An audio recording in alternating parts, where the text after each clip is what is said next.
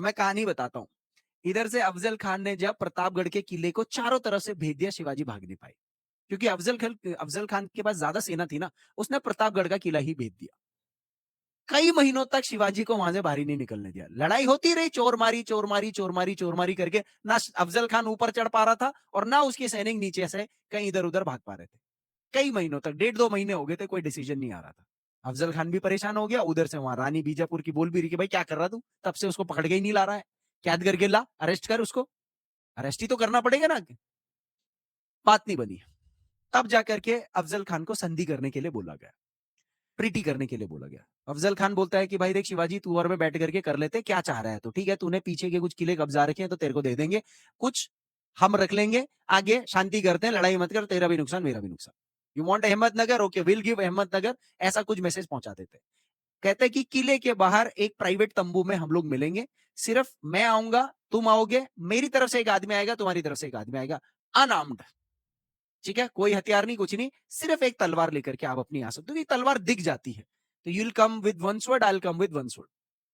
ऐसा ये है। अब ये फिक्शन भी है इसके अंदर बहुत सारा, तो ऐसा कहते हैं कि उस तंबू के अंदर शिवाजी मिले, लेकिन शिवाजी को डर था कि ये तो पकड़ देगा, मारेगा मुझे। तो शिवाजी ने एक डैगर हाथ के अंदर छुपा रखा था और एक टाइगर क्लॉज, जिसको बाघ नख कहते थे उस टाइम पर ना, टाइगर क्लॉ, तो जो ये लोहे के ऐसे नाखून होते थे पंजे, तो उनको ऐसे ऐसे हाथ में डाल करके लड़ाई के लिए डाल मतलब यूज किया जाता था, वो उन्होंने अपने ऐसे वेस्ट के अंदर छुपा दिया कहीं। तो इस तरीके से तंबू में बंबू वो गए, मिले, शिव अफजल खान ने उनको गले लगाया। अब भाई गले क्यों लगा रहा है, ऐसा बोला जाता है। He was 7 feet Afzal Khan है, Shivaji was 5'5'5'4", 5 foot 4 inch 5 foot 5 inch के थे।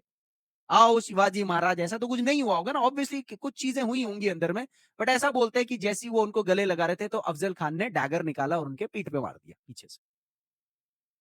दिस इंसिडेंस इज ट्रेचरी, ये धोखा माना जाता है।